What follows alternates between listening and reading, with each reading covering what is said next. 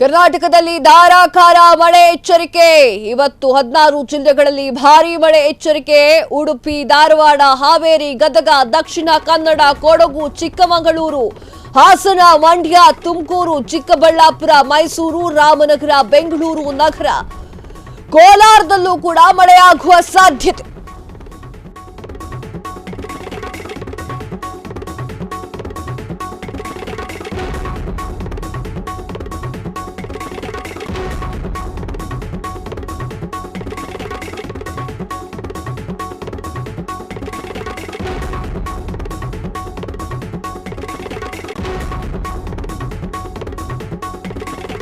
ಇಪ್ಪತ್ತು 21ರಂದು ರಾಜ್ಯದಲ್ಲಿ ಮತ್ತೆ ಭಾರೀ ಮಳೆ ಎಚ್ಚರಿಕೆ. ಕರ್ನಾಟಕದಲ್ಲಿ ವಾಡಿಕೆಗಿಂತ ಅಧಿಕ ಮಳೆ ಬರ್ತಾ ಇದೆ. ಜನವರಿಯಿಂದ ಏಪ್ರಿಲ್ 17ರವರೆಗೆ ವಾಡಿಕೆ ಮಳೆ 26 ಮಿಲಿಮೀಟರ್ ಇದೆ.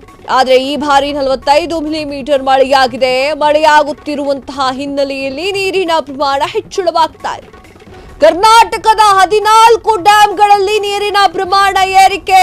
ಕಳೆದ ವರ್ಷ 227 ಟಿಎಂಸಿ ನೀರಿತ್ತು. ಆದರೆ ಈ ಬಾರಿ 328 ಟಿಎಂಸಿ ನೀರಿದೆ. ರಾಜ್ಯದಲ್ಲಿ ಮಳೆ ಬೀಳ್ತಾ ಇದೆ.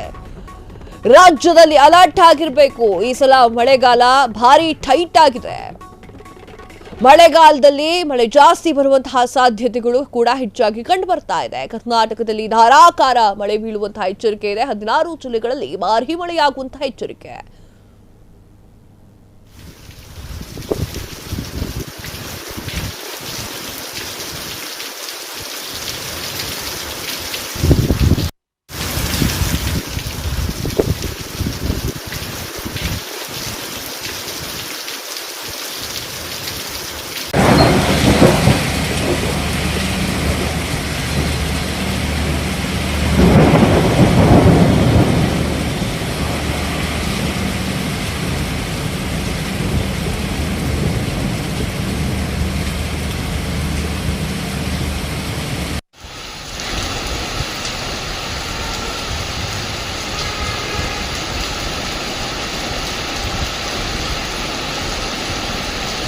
Quite heavy now.